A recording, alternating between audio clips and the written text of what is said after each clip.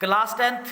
आज मैं आपको ट्रिग्नोमेट्री के क्वेश्चन करवाने जा रहा हूं, जिससे बहुत बच्चे डर जाते हैं, बड़े खौफ में रहते हैं कि ट्रिग्नोमेट्री कितनी कठिन होगी। तो बच्चों आपने डरना नहीं है, मैं आपको बिल्कुल सिंपल वे में बताऊंगा ट्रिग्नोमेट्री। ओके, इसमें आपने एक चीज याद रखनी है, पंडित बद्री प्रसाद हर हर बोल। ये पंडित बद्री प्रसाद हर हर बोल, इसमें सोना चांदी तोड़, साइन कॉस और टेन, ये है फॉर्मूले इसके। ये रखना है आपने याद, मेन चीज आपके लिए यही है।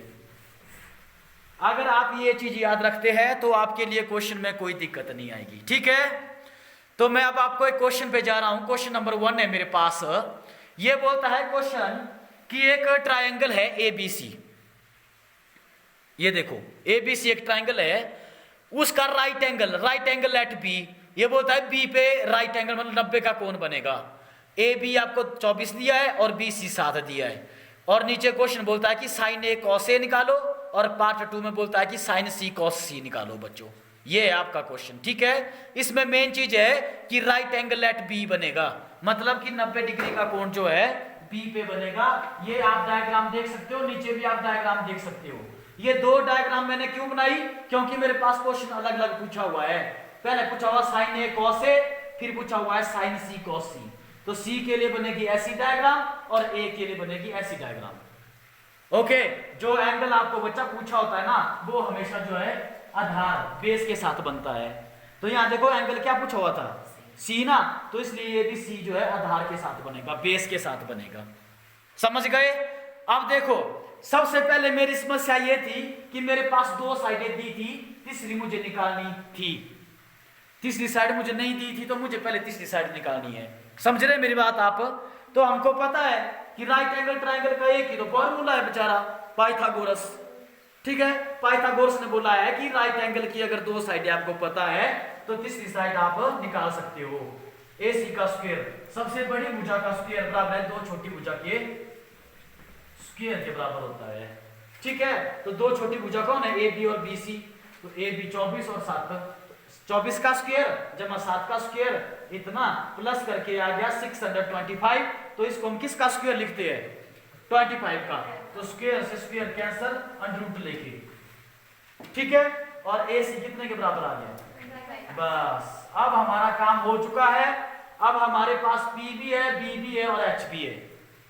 H होता है हाइपोटेन्यूज, P होता है परपेंडिकुलर और B होता है बेस।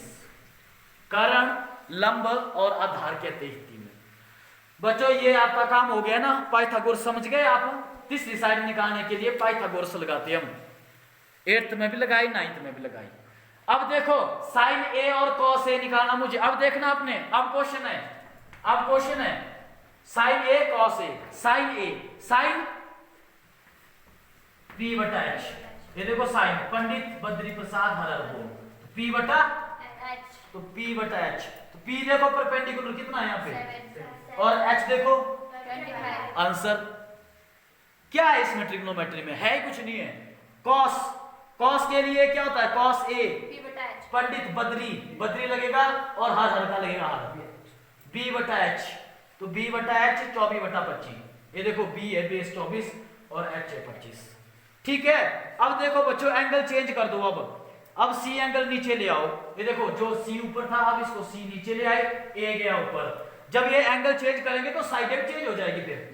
फिर AB जो है आपके पास ऊपर को आएगा 24, और जो 7 ऊपर को था BC है, तो BC 7 ही रहेगा, वो चाहे नीचे बेस में हो चाहे परपेंडिकुलर में हो। ठीक है, तो देखो अब क्या होगा, एंगल C है तो दोबारा वही साइन के लिए फिर से क्या रहेगा, P बटा H। फॉर्मूला चेंज नहीं होगा, एंगल चेंज हो गया, साइडें चेंज होगी, पर फॉर्मूला चेंज नहीं होगा। पंडित बद्री प्रसाद हर हर बोल ही रहेगा। तो ये देखो P बटा H, तो P अब कितना है मेरे पास 24, H है 25। cos C, तो cos के लिए B बटा H और 7 बटा 25, B बेस। समझ गए?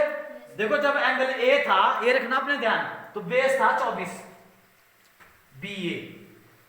ठीक है, जो आपकी साइड दी है। लेकिन जब एंगल C नीचे आ गया तो बेस हो गया फिर BC, वो है 7। ये रखना अपने ध्यान, बाकी इसमें और कुछ नहीं है। ठीक है, समझ गए? ओके।